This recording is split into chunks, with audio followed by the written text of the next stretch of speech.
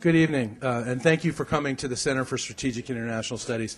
My name is Andrew Schwartz, and I'm Vice President for External Relations here, and have the great privilege of working with Bob Schieffer and the TCU Schieffer School of Journalism in this fantastic series that we have in foreign policy and national security. And as you can see, we're going to talk tonight about foreign policy and the challenges the next administration is going to have.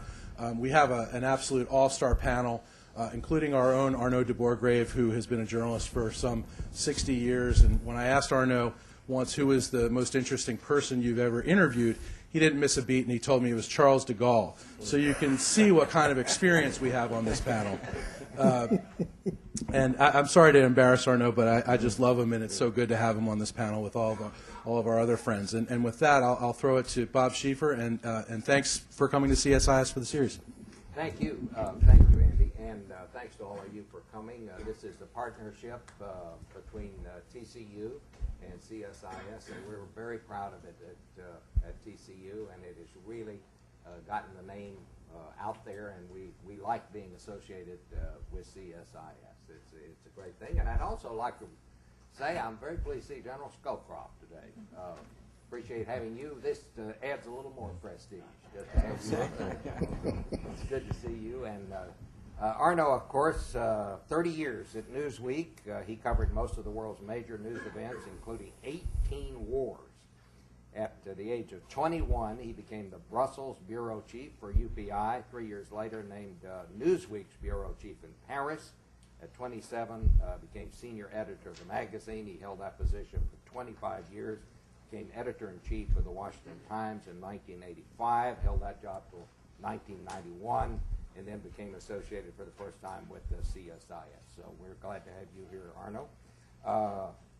Bill Kristol, everybody knows Bill, editor, publisher of the Weekly Standard, widely recognized as one of the country's leading political commentators. I insisted on ideological balance today, so I insisted we have someone from the New York Times. Well, I'm glad you can be here to fill that role. Susan Page is my old buddy. She's the Washington bureau chief for USA Today. She also appears each week on the Journalist Roundtable on CNN's Sunday morning interview program, Late Edition. She's won numerous awards, and among other things, is married to Carl Lubsdorff, who is the bureau chief for the Dallas Morning News, and one of my oldest friends, Clarence Page, no relation, has been a columnist. We're married, but not to each other. Columnist and member of the editorial staff of the Chicago Tribune. His column is syndicated nationally. He's also an analyst on the McNeil or the Jim Lehrer NewsHour. He won the Pulitzer in 1989 for commentary. He also was part of a team that won another Pulitzer for the newspaper in 1972. Ed Henry, CNN's senior White House correspondent, who's just taken that role. Congratulations to you on that. I've known Ed since we covered Capitol Hill together. Back in those days, he was working for Roll Call. And came to, how long have you been at CNN? Almost 5 years. Almost 5 years, and was very involved in this year's campaign. So enough of introductions here. Let's get right to it. And I think we have to start, Clarence. I hear there's a little news story out in your territory out there in Chicago. Nothing ever happens in Chicago. What are you talking about? What quiet little place. World is going on out there, and what is this thing all about? Well, I hear that the governor has been selling a Senate seat on eBay. That's just a bit much. But even as I deter myself away from the TV to come over here because President-elect Obama is having a news conference even as we speak, thinking, hoping, imagining that we will actually be interested in energy policy right now. But I can guess that he won't get a single question about energy policy by the time it gets to the reporters. But at this point, we have a governor who is somewhat in seclusion, but he is planning his next move while the legislature was going to move toward impeachment and a special election. But the Democratic-controlled legislature realized if we have a free election, a Republican might win. So suddenly plans shifted about noon today. The whole discussion just went around to some other measure, like impeachment and let the lieutenant governor step in, which can take months, leaving us with one empty seat there for the Senate, unless maybe Blagojevich appoints himself, because nobody else wants to take the job now. Well, I was going to say, it seems to be a little danger that he would appoint anyone, because, I mean, who would accept Who would take it? But right. You don't really realistically think he would appoint himself, do you? I wouldn't have realistically thought he'd be after my job last week. I told him last Tuesday morning when I found out he was shaking down our corporation to have editorial writers fired, which, and secondly, it was so disappointing that nobody in Chicago rose up in protest over that. But when they heard it was about Wrigley Field, then they got mad. But you don't really, at this point, do you think now that the legislature is not going to move to impeach him? Is that what you're I think they will move to impeach, but just beginning the process of that takes a while. And you're talking, and of course he'll actually have a right to defend himself, which if he takes that, it could go on for months. I imagine, trying to imagine what's going on in the governor's head right now, that he's probably thinking about how to plea bargain with the U.S. attorney. That's what I would think. But then again, I wouldn't have laid down this David Mamet dialogue on the U.S. Attorney's recorder either. But I think that would make sense, though, because in the prosecutor's handbook they do encourage plea bargains in this kind of situation to avoid further delay to the state and the process and all that. All right. Well, there's another big story, and I don't know if you all caught this on the way in, but this afternoon, Caroline Kennedy let it be known that she is interested in Hillary Clinton's seat in the Senate from New York. Susan, where does this go? Well, the New York Times broke this story about noon, and it took only a call or two to confirm it. The rest of us, I've got to assume that Caroline Kennedy wanted this story to come out today. It's hard to imagine that if she wants the Senate seat that her uncle once held, that she could be denied. We were at a dinner last Saturday night where David Paterson, the governor of New York, was very coy about who he'd appoint to the Senate seat, but she would be certainly, I think, a popular, very well known. In some ways, hard to imagine why she wants to be in the U.S. Senate, but if she seems to be headed there. Well, anyone who would want this appointment would certainly be wanting to campaign for it when that's they right. have to run. Yeah. Is it hard for you to imagine Caroline Kennedy standing outside some manufacturing plant at 7 o'clock in the morning, shaking hands with the people who are just coming off the night shift? I mean, this is... It's, the people who run for public office put up with a lot. They put up a lot with raising money, seeking votes in places like plant gates. On the other hand, she's seen politics up close her whole life. So one can only assume that she has some sense of what she'd be getting into if she's appointed to this seat and then runs again in 2 years. Does anyone here think that she's going to get the active help of Hillary Clinton?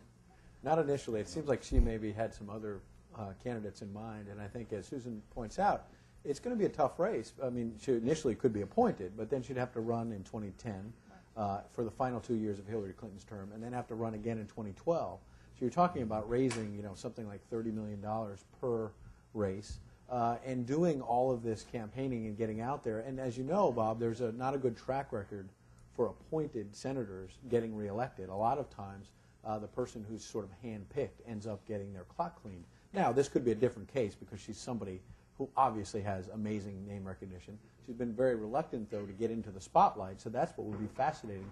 She got out there just sort of a tippy-toe out there in President-elect Obama's VP search. She was helping with the vetting, and all involved said she did a fine job, but that's a lot different than actually being the candidate yourself. Now, the most disappointed person has to be Chuck Schumer, who thought finally he could actually be the senior senator from New York. Not to be. Yeah, that's an extremely bright part of this, happy part of this story, I think. That Chuck Schumer, who I like personally and I've known a long time, but nonetheless, he's a congressman. He runs for the Senate, beats an incumbent, Al D'Amato, in '98. There he is, the senior Democrat. Moynihan's going to retire 2 years later. This is his moment to be the senior senator. from the great state of New York, Hillary Clinton shows up and dominates the news in 99, 2000 as she's running and then is elected. And even though Schumer is nominally the senior senator, somehow Hillary Clinton got a little more attention over the last 8 years. And now she goes into the cabinet, and and now he's free to suddenly step forth and blossom. And now Caroline Kennedy shows up. It's sort of, if you know Chuck Schumer, you're sort of amused by this, I would say. Well, I must also say, after Hillary Clinton, after Caroline Kennedy was so quick to endorse Barack Obama early on, I think it'll be a cold day in New York before you see Secretary of State Clinton. I'm sure that she will take the nonpartisan role that secretaries of state always do in this particular case. I don't think she's going to be anxious to get out there and campaign for Any resemblance between this panel and foreign policy is purely coincidental. Well, the strength of American foreign policy depends on domestic politics. It is an elective system that we have here, Arnold. Thank you, so Bob. we have to get the domestic politics settled first, and then that's what is the basis for all foreign policy, I think. But So anything involving Chicago neighborhoods is foreign policy, believe me. well, let's talk a little bit about this. And why don't you talk a little bit about this, Arno? What do you see as the main priorities that Obama has to set here on foreign policy? Because in addition to the domestic politics, he's also got a little problem about money and a financial crisis. Which limits his yes. We'll action talk a little abroad. bit about that. Number one, I would list Afghanistan. Number two, I would list Iran. And number three, the Middle East, or the perennial Israel-Palestinian problem. But Afghanistan has become very urgent. They're now blowing up dozens of supply trucks coming up through Afghanistan to resupply NATO forces and U.S. forces in Afghanistan. About 200 have been destroyed in the past week. Now we've discovered through some very good reporting in the London Times last week that they are paying off Taliban not to destroy these trucks. And in some cases, Taliban fighters get aboard the truck and lead them through roadblocks. So in other words, we are paying for all of this. It's about $1,000 per truck to get through to Afghanistan. And there are two supply roads. One is 1,200 miles, the other is 600 miles. And I don't think anybody's taken cognizance of how serious that situation has become. Plus the fact that we have only 3 NATO allies who are willing to do any fighting there. That's Canada, the Netherlands, and the Brits. The others, 45 different caveats against doing any fighting. So it's a very difficult situation, and I think one that will require President Obama's immediate attention, and not strictly in terms of moving more troops over there, because that can't be the solution. One of the outgoing NATO commanders said it would take about 400,000 troops to make any kind of a difference in Afghanistan, a country the size of France. So whatever troops are put in would, in my judgment, be to enhance a bargaining position. We are roughly where we were after the Tet Offensive in Vietnam, and negotiations with Taliban have become inevitable. What are we trying to do in Afghanistan?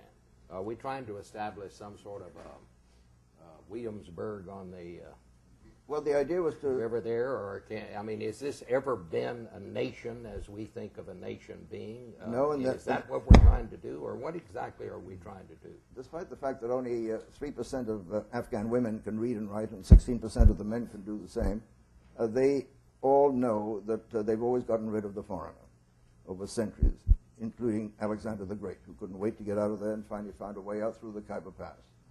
The Brits, back in 1842, lost 15,000 men. They killed everyone except one guy so he could live to tell the story. And the Soviet Union, we know what happened to them. They had 150,000 men, and they're chuckling now because they think that we're repeating all the mistakes that they made. So that's why I listed as number one. Number two, of course, is Iran. There again, we have 3 former central commanders, General Zinni, Admiral Fallon, and General Abizaid, who have all said at one time or another that we should learn to live with an Iranian bomb, obviously with something in return, geopolitically, a big bargain. Whether that's possible, I don't know, but I'm quite sure that President Obama is going to try to feel his way through that thicket. And then the Middle East, of course, we know about. No need to go into that again. Other than that, I think everything's fine. Don't forget Pakistan. Fascinating to hear Well, you that's tied to walk around the situation and not even mention Iraq. All those are big challenges, as you point out, and agree with all of them. But then you just had President Bush take this secret trip to Iraq. A reminder again, you've got over 100,000 troops there, and it's going to be a very difficult situation for President-elect Obama. And I think one of the biggest challenges for him is figuring out how quickly to bring those troops home. I mean, he made that promise in the campaign to bring them home within 16 months. And we picked Secretary Gates to stay on at the Pentagon. He specifically said in that press conference a couple of weeks back that Secretary Gates will have a new mission, which is to bring our troops home. But then he sort of added a couple of caveats near the end of the press conference about it's going to depend on conditions on the ground. You've got to pay attention to that. And it was interesting, President Bush yesterday on his way back on Air Force One told reporters, he said something effective, I don't want to put words in President-elect Obama's mouth, but I think that Secretary Gates' pick sent a signal that he's going to carefully study what's going on the ground. Is he going to be able to sort of stretch out that promise of 16 months in terms of all combat troops or not? That was a big promise, obviously, for his supporters. And it's sort of fascinating that Barack Obama's campaign was largely launched at the beginning about change in Iraq. Now, as you point out, Bob, it's really been overtaken by the financial crisis. And I think, as you point out as well, Afghanistan is a war that everyone seems to be talking about now a lot more than Iraq. But it's a war we can't forget about. It's obviously a big What do you think? Iraq for the simple reason the situation is improving there day to day. Sure. Let me go to Bill. How do you were on the other side. How do you think Obama's done so far? And is he getting, I mean, I think it's been, as far as I'm concerned, one of the smoothest transitions that I can really recall in a long, long time. But the other part is smooth transitions don't always mean you're going to have a smooth presidency, and sometimes, I mean, Ronald Reagan didn't have all that great a transition. Neither did Bill Clinton, of course, and it took him 2 years really to recover from it. But how do you think Obama's done so far?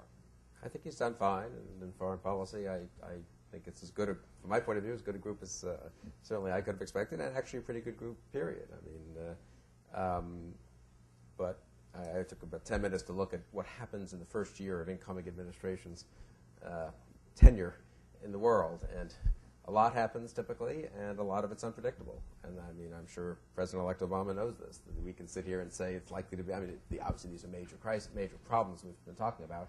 But of course, things can happen where no one much expects anything to happen, and I'm sure they will.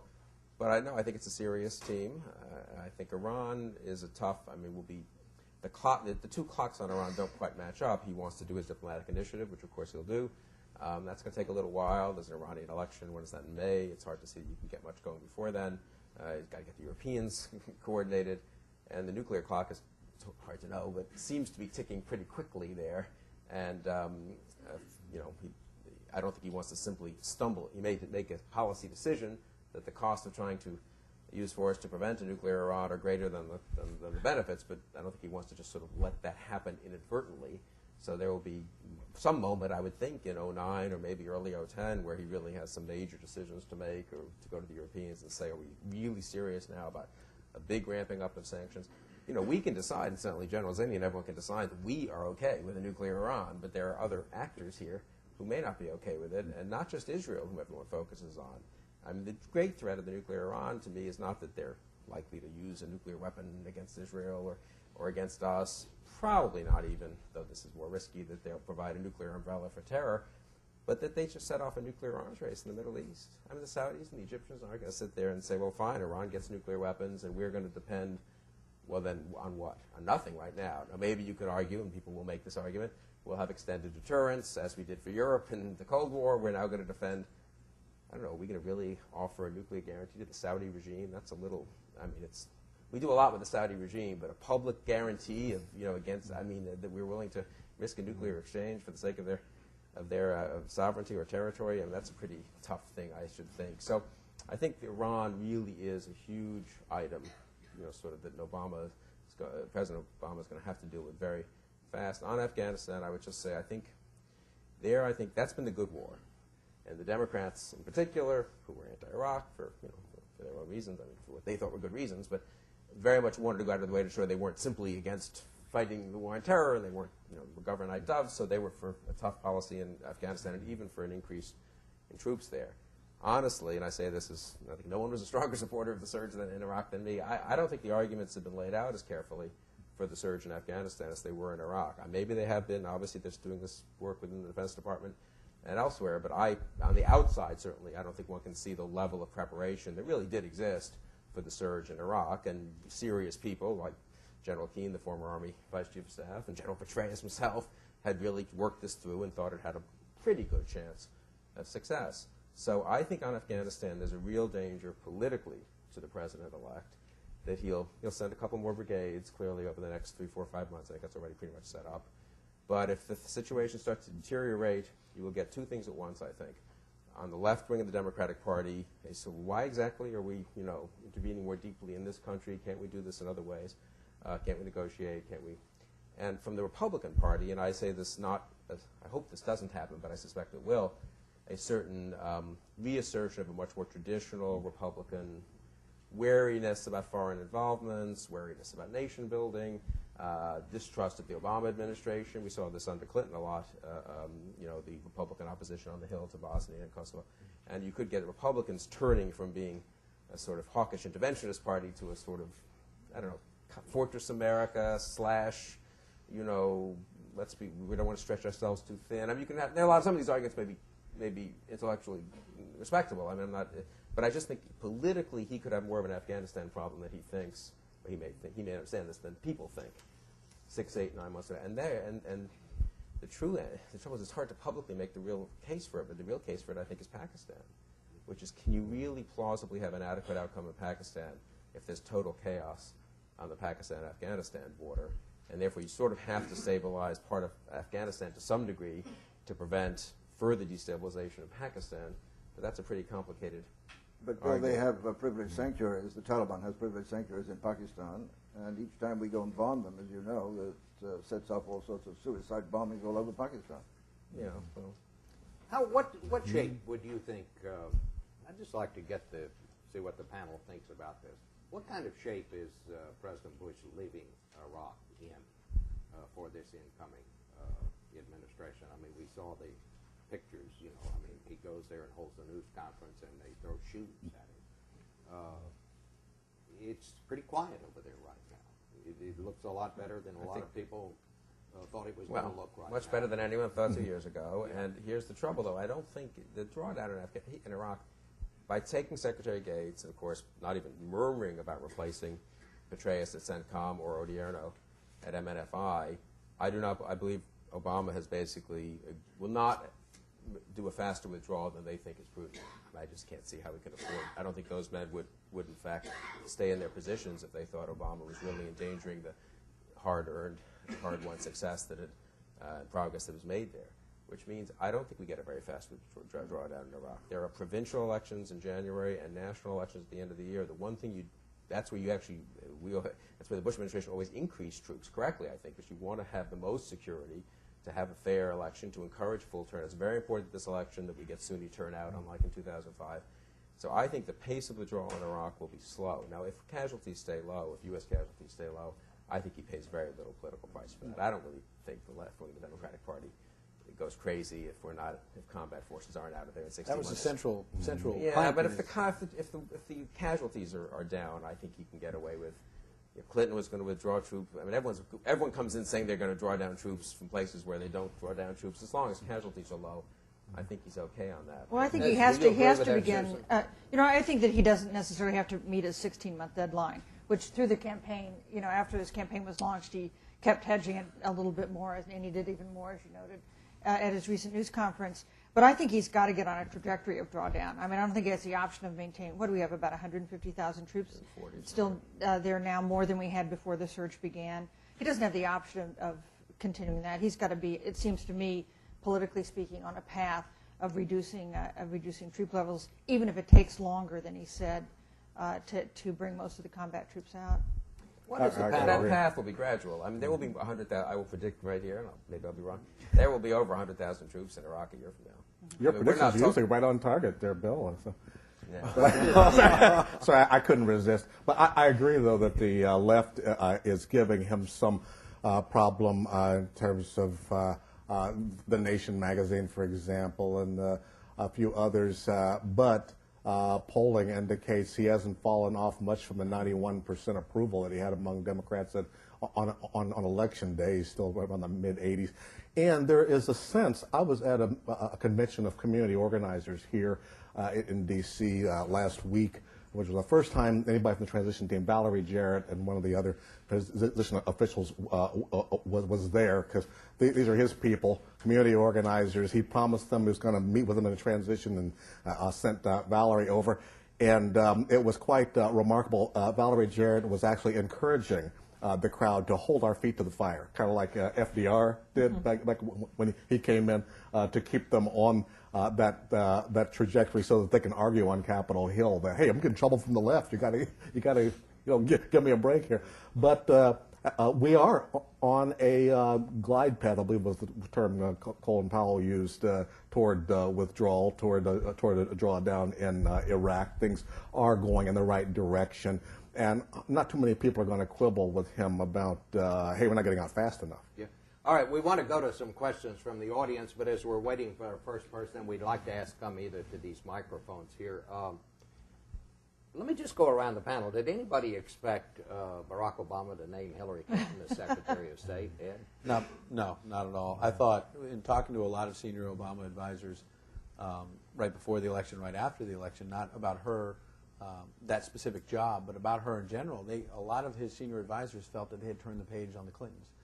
And that he won without her by not picking her VP. Why? I think he wanted to be magnanimous. I think he thought also it might be better to have her in the tent than outside the tent. Team of rivals. Yeah, and he believes in that concept as well, the Lincolnian concept, I guess. But that also politically, it might have made sense to bring her in now rather than having her in the Senate, maybe picking away at different things.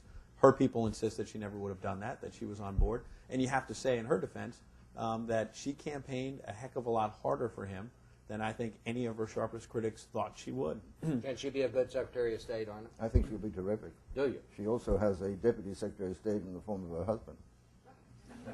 That's good or bad?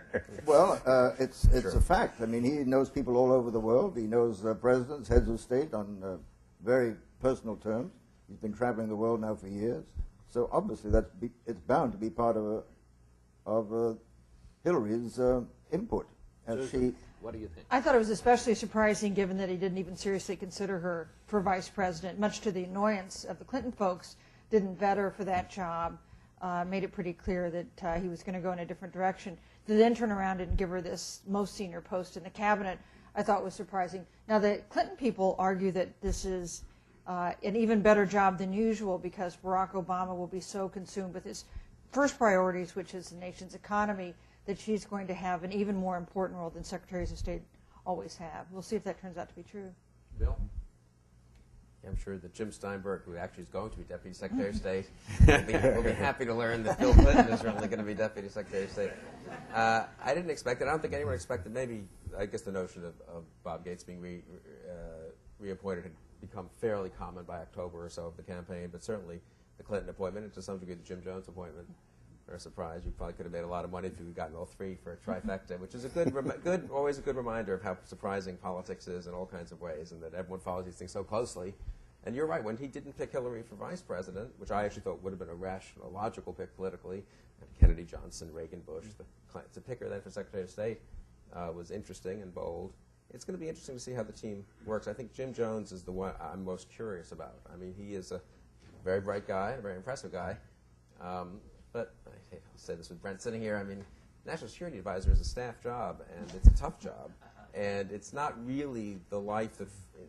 I wouldn't say that being a four-star general for 6 or 8 or 10 years is necessarily the best preparation for being National Security Advisor. He's a very able guy, and maybe he can serve that role. But he's not, he's used to having 30 people hopping to on his, to carry out his slightest whim. He's not used to hopping to when the president buzzes him at 6 o'clock in the morning because something's happened in the world, and then figuring out how to get Secretary Clinton and Secretary Gates and the CIA director on board. The other thing that strikes me is who hasn't he appointed yet? I guess DNI and CIA. Mm-hmm. Do we know that DNI is Admiral Blair, or that's at least the rumor? It's a rumor, yeah. But no CIA. I think that's a tough appointment for him because the truth is, what does the left most hate about the Bush presidency? Guantanamo, torture, eavesdropping, that part of the war on terror, the Homeland Security part. And I think he's got a very tough line to he's getting briefings which I believe, and I don't know if I'm not cleared for anything, are making him slightly less unsympathetic to some of the things that Bush may have done, I would say, and to the intelligence that's acquired through various of these means. And God knows he wants to protect the country, but he also has views, and he campaigned on a certain criticism of everything that Bush did. And I think those are going to be I think A, that's going to be tough to fill with the right person, and B, that person's going to have a very delicate line to walk, as is the Justice Department, in sort of figuring out what to do on the kind of homeland security. You want to add anything on this? Well, I was surprised by the Clinton appointment as well, but I think it tended to confirm for me he really doesn't care much about foreign policy. In other words, he wanted a strong figure over there. What buy one you get two, like Arno said. What is intriguing to me now is speaking of Deputy Secretaries of State, Susan Rice parking her own transition team over at State makes me wonder what's going to happen there. But we have a branch office for the United Nations ambassador here as well. But it's become a cliche among pundits that where the Clintons go, you have drama. Cliches are based on truth. So I'm waiting to see what's going to happen. I wonder, and I say this in a serious way, if he knows he's got his hands full with the domestic policy, but if he really wants to make an effort to find some sort of peace settlement in the Middle East, you make Hillary Clinton the Secretary of State, and you put her in charge of that, and you're going to have political problems. I mean, you can't get that done without some political problems. You're going to get criticism from the right by making her Secretary of State and kind of the point person. That I wonder if you give yourself a little additional political cover, at least on the left.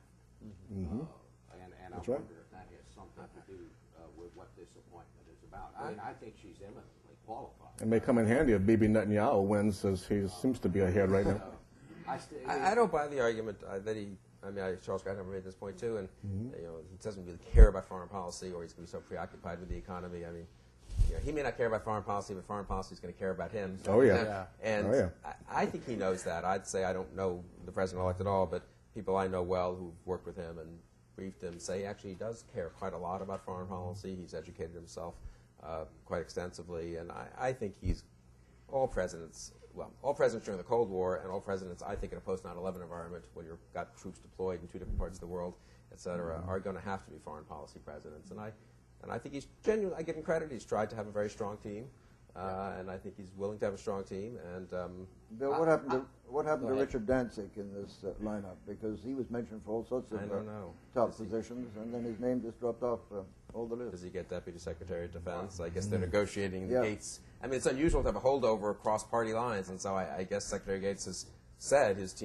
current team will leave and Democrats will come in, but he, of course, has to have people he's comfortable with too. Well, and also if he puts the guy that everybody thinks is going to it's a little weird. The deputy, he's going to walk in there with no power whatsoever because everybody will be going to see the deputy. So I think that'll be quite a problem. Well, let's go to some questions out here. Here's a man close to the money.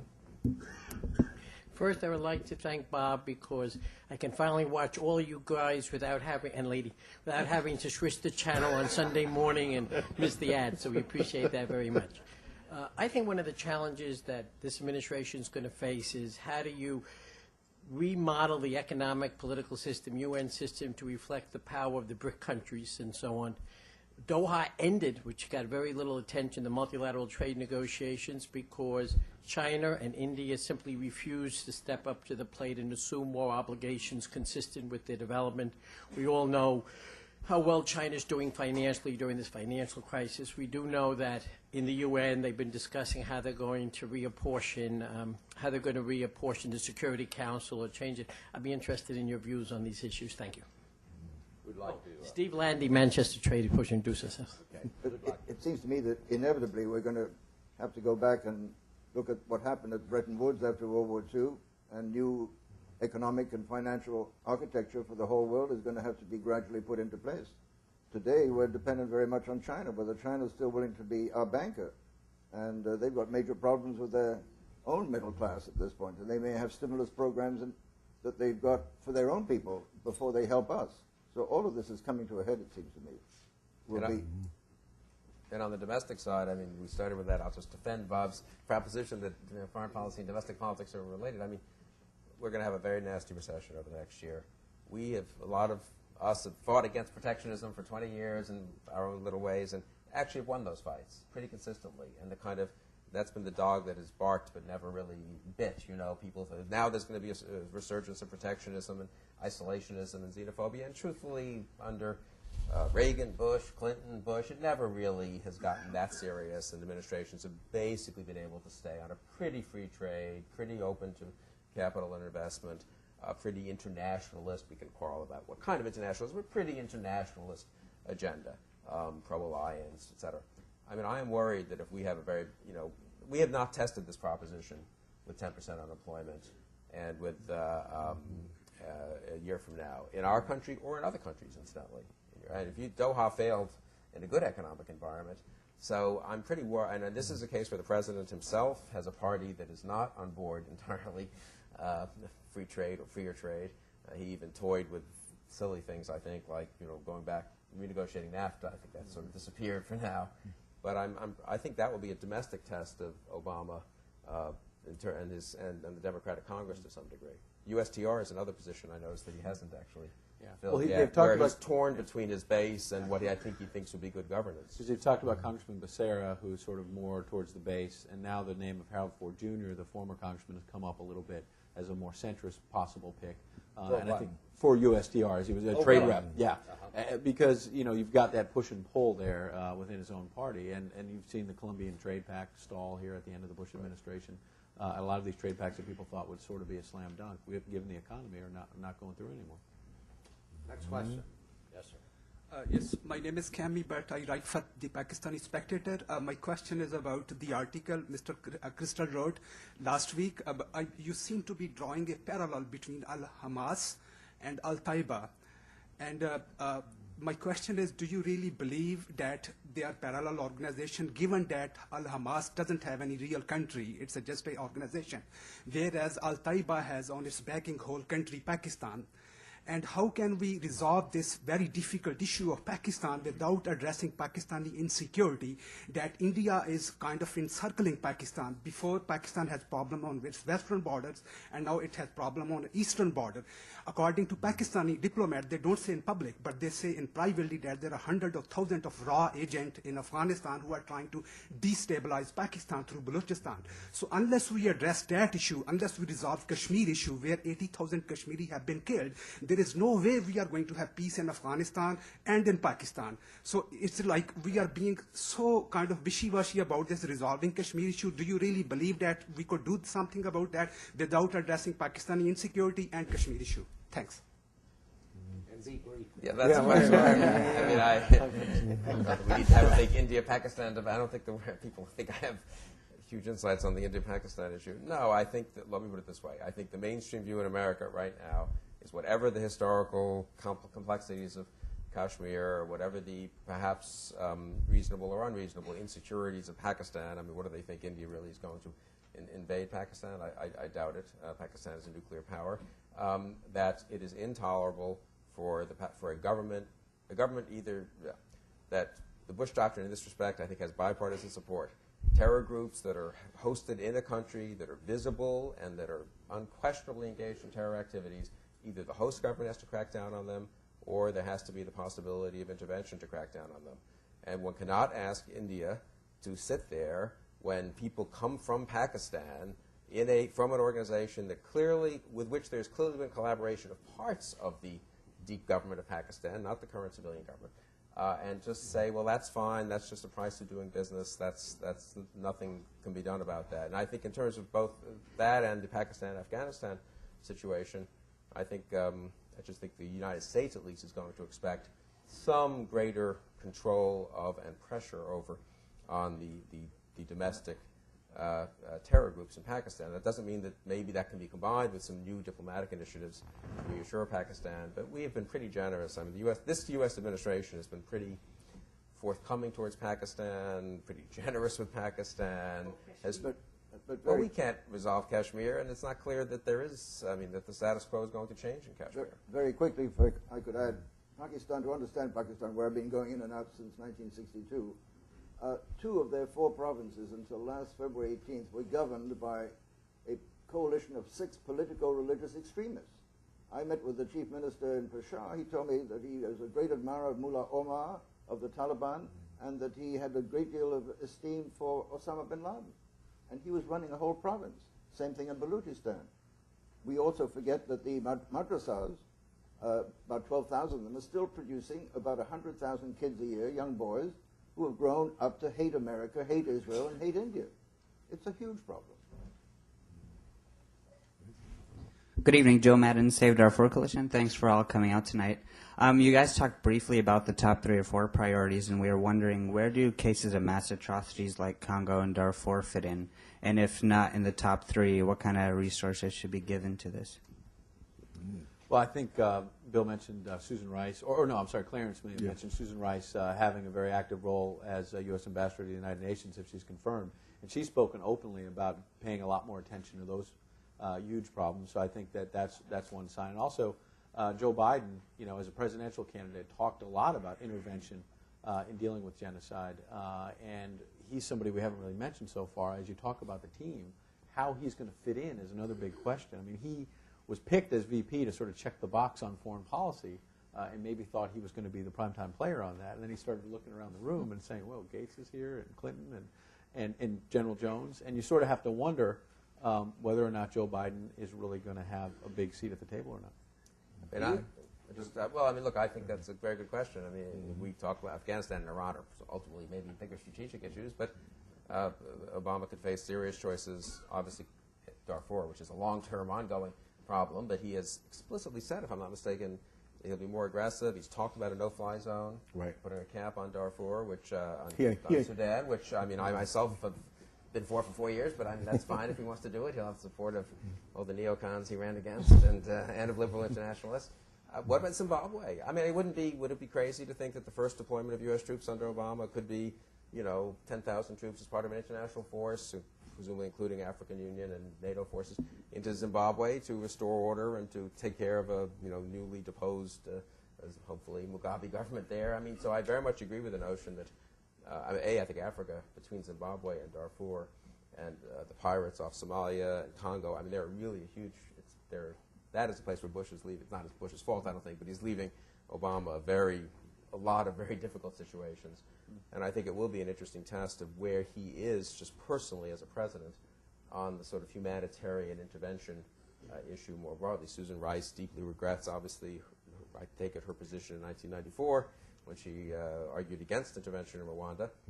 Will that translate into an actual intervention in one of these other cases? I think one of the questions he's going to have, though, does he have the troops to do if he so chose? And you also can't do everything. It's not that anyone is in favor of genocide, of course not, but you come in with all these pressing problems and with probably, as I forget, Bill maybe said, some challenge from someplace we aren't predicting now, from Russia, or from some other hotspot that chooses to challenge a new president. And I think one of the things we've learned about Obama is he's pretty disciplined. He's able to focus on his priorities. That sometimes involves making tough choices. I guess the deployment of troops to some new battleground seems to me not something he would want to do in the opening months of his administration. Especially if you consider the country like the Congo is 1/3 the size of the United States. Superimposed on a map of the United States, it would go from Maine to Florida and from Manhattan to the Mississippi River. I can't imagine getting involved in such a situation. One issue that hasn't come up yet but has been touched on peripherally is the whole business of the U.S. Agency for International Development. There's been some talk of getting a cabinet post to represent aid issues. It's been a real challenge over the past administration, what its role is, who sits at the table. I wonder what the thinking is that you folks hear about what's going to happen to U.S. foreign assistance and USAID. Interesting. I mean, it's funny. A Bush official the other day was mentioning to me that in all of the debates between McCain and Obama, the 3 debates, they all sort of ducked the question of this financial crisis. Does that change any of your priorities, your spending? Except for Joe Biden in the vice presidential debate, was apparently at one point when he was asked that question, he said something to the effect of, "We're probably not going to be able to do as much with foreign aid as we had wanted to." And this person was pointing out to make the point that President Bush, as part of his legacy, has really tried to make a big deal and rightly so, about what he's done to fight malaria in Africa, what he's done to fight HIV/AIDS around the world. Very unexpected, even by some of his own supporters, that he's been this active on these issues. And I went to Africa with the president earlier this year. But there you have Biden, who sort of, prides himself on his foreign policy credentials, saying that maybe we'll have to cut foreign aid. And so I'm not certain that doesn't mean he's going to follow through on that. But I don't know that the prospects are great for vast increases of those resources when you have Biden making a statement like that, number one, as a candidate. But number two, the budget crisis that is ballooning, where estimates of $1 trillion annual deficit, it's always sort of one of the things that's on the chopping block. I think foreign aid is going to be a very difficult sell. As wrong as that might be, I mean, there's just no money. And when you look at, they're talking about now a public works program that could cost up to $1 trillion. There's just simply going to have to be some priorities there, no matter how worthy some of these causes are. I think it's going to be a very difficult sell. President Bush increased foreign aid, and of course, poor President Bush, he gets no credit for anything. So, he did more than any, I believe, liberal or Democratic president has done, both on the humanitarian side and on the strategic side of foreign aid. I sort of agree with Bob, the amount of money there. But look, trade helps as much as or more than aid, and you could make a case that something like Colombia Free Trade or some of the other CAFTA, some of the other free trade agreements, and in Africa, I would say, I don't know, no expert on this at all, but you can make a case that reducing some of our own barriers to imports would do as much good as any particular foreign aid. And there I do worry that Bush tried to do some stuff and couldn't do quite as much as he hoped. I'm not sure how much stomach there'll be for that either here at home. So I think that's worrisome. Hi, Adam Landsman from Booz Allen Hamilton. I asked this question in a personal capacity, but I was wondering what you felt about the increasingly assertive and aggressive stance from Russia and how that will play into the next administration's foreign policy choices. Susan, why don't you get into that? Well, of course, it could be one of the great challenges of a resurgent Russia. We've kind of gotten used to not having Russia as an ally, or at least not as somebody who's causing us a lot of problems. That seems to be, turning around now, and with all kinds of complications with NATO allies and with our new friends in the former Soviet satellite republics. I don't know, you know more about this than I do. I take the opposite view. I think that we should have invited Russia to join NATO right at the end of the Cold War. That would have kept them on the straight and narrow as they moved or felt their way towards some kind of democratic regime. And I also think we tend to forget how we would have reacted had we lost the Cold War. And we suddenly see that Mexico and Canada have joined the Warsaw Pact. All of Europe is now Comecon. And suddenly the Russians are putting in radars and missiles in Puerto Rico and in the Bahamas. I think we'd be pretty upset. And I think we mishandled the whole situation. We should have sat down with the Russians, told them what our concerns were about Iran and incoming missiles from Iran that would threaten Europe just as much as the United States, but at least sit down and discuss it as a common problem. Don't you think, I mean, and I've just asked this to the panel, that we need to just totally reassess our policy toward Russia? Senator Nunn, who's chairman of the CSIS, during our last session here, said we need to make a list of things that we need Russia's help on, and Russia needs to make a list of things that they need our help on, and then we ought to have some serious talks about things that we can work on together. It seems to me like this is a problem that's kind of gone in the ditch, that there might be some ways, some things that could be done to just get this in a better situation than it is right. Yes, ma'am. I'm Marilyn Irwitz, just here in a private capacity. Dennis Ross was very active in campaigning for President-elect Obama. I had the impression, just from all of that, that perhaps he would have a role in this administration. I haven't heard anything concerning that, and of course he had been in the Clinton administration, and I'm sure that potential Secretary of State Clinton wouldn't. Well, I think frankly, may still have a role. But that's what I was going to ask. Do any of you have? The great thing about Hillary Clinton unexpectedly becoming Secretary of State, and Jim Jones, somewhat unexpectedly becoming National Security Advisor, and keeping Gates, is that the three premier jobs were filled up with people who were not really from the Democratic foreign policy establishment. So everyone else has now been pushed down a notch, which is sort of amusing. Again, if you're a close friend of Dick Holbrook, it's a funny time. Now I'm going to get a phone call. Last time I made this joke in public, I got a phone call the next day from Richard Holbrook complaining that I had mentioned him in this context. But no, but I mean, a lot of very good people, and I'm a friend of Dennis's, and let me hasten to say, Richard Holbrook, a lot of very able people, were competing for. I mean, if you're at that level, you expect a pretty high level job. I think Dennis. I think he's said this almost. He could go back to being the Middle East envoy, especially if he were also given Iran. I think Dennis has spent a lot of time working on Iran, trying to figure out a diplomatic solution to Iran. I'm a little dubious about some of those solutions. Can you make the Saudis, can you have a deal where the Saudis sort of pressure the Chinese to get tough on Iran because the Saudis supply so much Chinese oil? There are all these complicated diplomatic schemes, which Dennis is good at, and maybe that would be a role. But I think there will be people who we will all have expected to see in this administration who won't be at least for the first 2 years. Of course, then there'll be a shake-up and things will happen, just because of the kind of accident of having Senator Clinton become Secretary of State and Jones become National Security Advisor and Gates stay at Defense. And of course, I think there's an assumption that the Obama administration moved much more quickly on a Middle East front than the Bush administration did, and in that way, Dennis Ross would be, need no transition into filling that kind of role. Another name, too, could be Secretary Colin Powell, and people around him say that despite all speculation about a cabinet post, that there's really highly unlikely he'd do a cabinet post. But he would be open to President-elect Obama reaching out to him to be a Mideast envoy, be a troubleshooter and something like that, and maybe based on some of his experience in the Bush cabinet, he might want to do that. Bill Clinton has a little experience there, too. He does? I believe Dennis Ross will always be an influence on any administration that is there, just because he is so highly regarded. So I wouldn't worry that he's not going to be a part of this. Yes, sir. Mark Stuckert from the Overseas Private Investment Corporation. Thank the panel and Mr. Scowcroft for the remarks and this gathering. It's absolutely terrific, and also CSIS for co-hosting.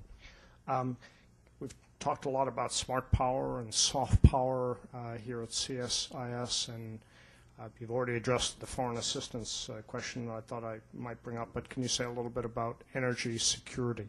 Thank you. We'd like to talk about that. Well, energy security is something that General Jones has been working on now at the U.S. Chamber of Commerce, and he's just come out with a major plan, not for energy independence, because I don't think any such thing is possible, but very much in keeping with what President Obama will be talking about, and which he talked about today when he appointed the new energy secretary, and that is wind power, solar power. All these things are coming down at great speed. There's a lot. Today you can do a house in solar power for $24,000. And it can be brought down with a government push, brought down to $5,000 very, very quickly. And there are hundreds of thousands of miles of rooftops in the United States. All of this is going to change dramatically over the next 5 to 10 years. I think there's a strange circumstance where, with gas prices coming down so much, and you see in some cases in this area $1.80, $2 a gallon, it's good for people in the middle of a recession, obviously, to pay a lot less at the pump instead of $4.50 a gallon. But I don't see the same urgency that people had 6-8 months ago when it was $4 a gallon. There was a lot of people talking about signing up with General Jones for some sort of a plan, any plan, and everyone seemed focused on it now. And you don't really hear, as you mentioned, I think, Clarence, at the beginning, President-elect Obama was unveiling his energy team, and it was sort of okay. Yeah. I don't it's see amazing the urgency. how fast not only how fast the gas prices went up and then down again, but how fast the public enthusiasm for energy conservation went up and down just as fast. Absolutely. The whole debate is like off the public conversation right now. It's amazing. This mention of Jones does raise one point, which I've been struck by just in the last couple of days about Obama's way of staffing up. I think Jones will be key on energy security. I think he'll be key in general, actually. I'd say there's been more. If I had to pick one person to follow closely over the next 6 months in terms of Obama's foreign policy, I think I'd follow Jones a little more than actually either Gates or including or his Clinton. Experiment in the West Bank, Jenin. Yeah, well, he knows a lot about that, too. They're not going to do anything, certainly, until the Israeli elections, and I think actually Obama has said over and over he knows Iran is the fundamental short-term issue, medium-term issue, and since there's not going to be an Arab-Palestinian-Israeli agreement in the next 6, 9, 12 months, I think he'll focus more on Iran. But think of the appointments he's made. Larry Summers is the economic czar in the White House. Jones is National Security Advisor. Carol Browner's environmentals are in the White House, and Daschle is double-hatted as the White House health person. It's an attempt, I would say, to have the strongest White House staff in my memory. I mean, it's sort of amazing to double, and he's now doubling appointments. I mean, there is an energy secretary. He doesn't have to have an energy czar in the White House. There's the EPA administrator. There hasn't been a tradition of having a very strong environmental person. I think I'm even forgetting maybe one other area where he's going to have a sort of White House czar. And he's got a very strong chief of staff. I mean, it'll be fun to be at these White House senior staff meetings. I mean, think of it. I'm serious. Rahm Emanuel, Larry Summers, Jim Jones. I mean, these are not Carol Browner, who has strong views. And I don't think Carol Browner's views on the trade-off between economic growth and going to a green, energy or a green economy are going to be the same as Larry Summers. But I think that tells me that Obama, I mean, I assume what he wants is White House-driven policy. I don't think he's putting a lot of cabinet secretaries out there and saying, go do your own thing. That can be, that can be impressive, and it can be strong. It can be a recipe for real disaster. I mean, we thought Powell Rumsfeld was a tough fight, but I mean, think of some of the tensions he's building in by having some of these people in the White House, and then also with strong cabinet secretaries. And that deputy secretary of state. Right, exactly. He's trying to replicate Hyde Park in the White House is what it is here. All right, we're getting close to the end here. Stephen Piper, Piper Pacific International. Maybe just following up on this last point, some critics of the Pentagon have sometimes accused it of being an independent sovereign state that doesn't need to deal with the rest of the government. I think one of the interesting comments that I've heard Secretary Gates say, and quite different from his predecessor, is that one of the needs for national security, which is his principal responsibility, is to increase the Foreign Service Officer Corps and to increase the size of AID. I think he was kind of famous for saying that DOD has more lawyers than USAID has permanent staff. More musicians, too. And more musicians in marching bands in the military than we have Foreign Service officers.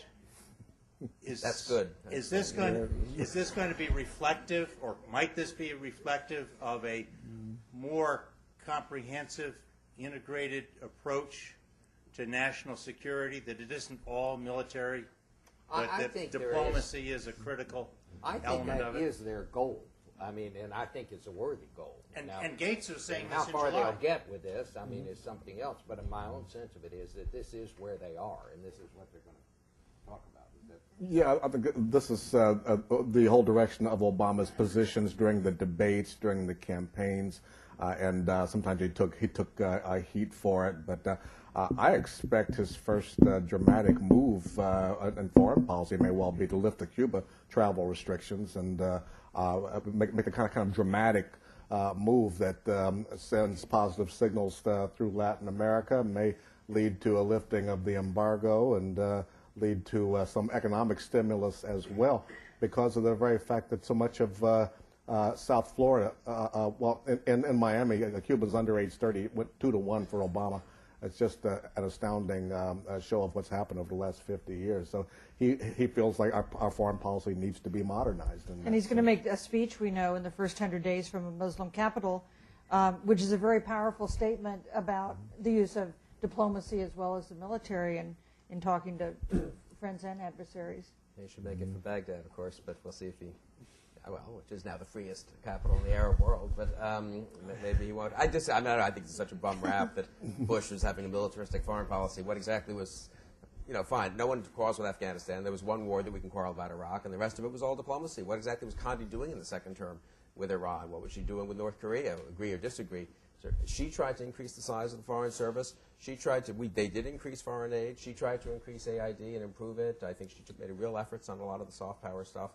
The the Defense Department, so far from being a world in itself, does a lot of the soft power stuff in the U.S. government now because the rest of the government can't do it. Now, if Obama wants to spend some serious time overhauling state to make it an operational agency, that more power to him. If he wants to really try to get justice, to have to have serious people in justice who are deployable abroad to do rule of law missions, more power to him. That's not traditionally the way these agencies have been set up. Those cultures are very hard to change. And the truth is, when you end up in Iraq in a tough situation, when you're up in Afghanistan, it turns out you send out the lieutenants and the captains, and they do the diplomacy and they do the economic development, partly because in those situations, having military assets behind you is helpful. But I think there's a lot of easy talk, frankly, about this, beefing up the civilian soft power side of the U.S. government. Really making that happen would take a huge effort that I'm not sure the administration is ready for. Given the crises they're facing, it's going to be hard to spend time on, I think. But you have a Secretary of Defense who was talking about this publicly in July, at least in July, if not before. Yeah, I mean, and as I think Bob said, there's no doubt that they have that goal, but will they have the money to back it up? It's not a question of just soft power. The last one? Yeah. We call it smart power, which is a conjugation of soft and hard power. All right, let's go to one more question because we are getting the clock running out here. Thank you. My name is Yan Wen, the visiting fellow of CSS here. I have been follow up the series every month. I learn a lot. Thank you very much. Very interactive for this one. My question is, how do you guys expect the President-elect Obama's first trip? A lot of media here says the first trip should be to go to China, but according to the U.S. China issue experts here, they said U.S. China relations goes very smoothly. It's not on the top of the agenda to go to China. What's your comment on that? Thank you. Anybody wants to take that? But I've heard the first trip. I have no idea. I don't think any of us have any idea, but I've heard that Indonesia is at the top of the list right now, which would make a lot of sense, given the fact that he spent some of his childhood in Indonesia, that Indonesia is the largest Muslim country in the world, and also seems to have kept its homegrown terrorists under control. I think in early April he's supposed to go to a financial summit in Britain. He's been invited by the Prime Minister, and I think it's going to be interesting. We're talking about all these important issues that he's got to attack, whether it's Russia, China, Iran. But if he's globetrotting his first year a lot in the middle of a recession back home, he's going to face a lot of domestic pressure. So he's got, as you were saying before, there's only one commander-in-chief, and so he can only farm so much of that out to Secretary Clinton and others. He's got to do some of it himself. There is only one commander-in-chief, but on the other hand, I think there's going to be a lot of domestic pressure with the recession to not be globetrotting, so it's a push and a pull then. Well, ladies and gentlemen, thank you all very much for coming on behalf of the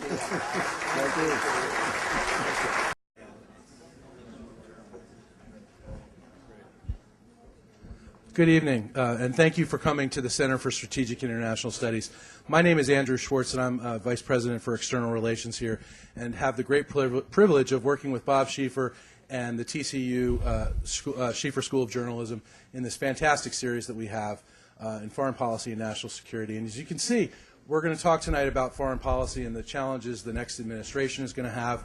We have an absolute all-star panel, including our own Arnaud de Bourgrave, who has been a journalist for some 60 years. And when I asked Arnaud once who is the most interesting person you've ever interviewed, he didn't miss a beat, and he told me it was Charles de Gaulle. So you can see what kind of experience we have on this panel.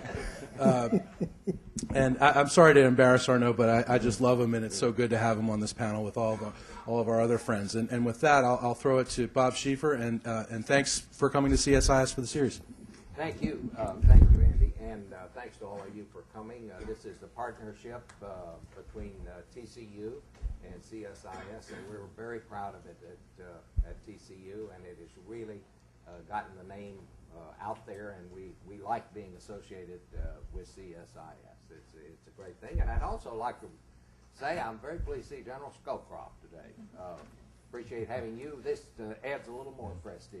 Just to have you. It's good to see you. And Arnaud, of course, 30 years at Newsweek. He covered most of the world's on the McNeil or the Jim Lehrer NewsHour.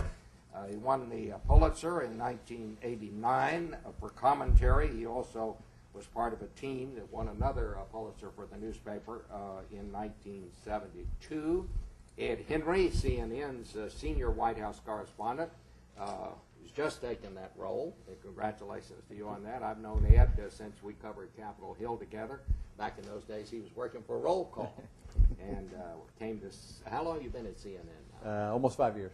Almost 5 years, and was very involved in this year's campaign. So enough of introductions here. Let's get right to it. And I think we have to start, Clarence. I hear there's a little news story out in your territory out there in Chicago. Nothing ever happens in Chicago. What are you talking about? What quiet little place. World is going on out there, and what is this thing all about? Well, I hear that the governor has been selling a Senate seat on eBay. That's just a bit much. But even as I had to turn myself away from the TV to come over here because President-elect Obama is having a news conference even as we speak. thinking, hoping, imagining that we will actually be interested in energy policy right now. But I can guess that he won't get a single question about energy policy by the time it gets to the reporters. But at this point, we have a governor who is somewhat in seclusion, but he is... Major news events, including 18 wars. At the age of 21, he became the Brussels bureau chief for UPI. 3 years later, named Newsweek's bureau chief in Paris. At 27, became senior editor of the magazine. He held that position for 25 years. Became editor-in-chief of the Washington Times in 1985. Held that job till 1991, and then became associated for the first time with the CSIS. So we're glad to have you here, Arno. Bill Crystal, everybody knows Bill, editor, publisher of the Weekly Standard, widely recognized as one of the country's leading political commentators. I insisted on ideological balance today, so I insisted we have someone from the New York Times. Bill, I'm glad you can be here to fill that role. Susan Page is my old buddy. She's the Washington Bureau Chief for USA Today. She also appears each week on the Journalist Roundtable on CNN's Sunday morning interview program, Late Edition. She's won numerous awards, and among other things, is married to Carl Lubsdorff, who is the Bureau Chief for the Dallas Morning News. And one of my oldest friends, Clarence Page, no relation, has been a columnist. We're married, but not to each other. Columnist and member of the editorial staff of the Chicago Tribune. His column is syndicated nationally. He's also an analyst.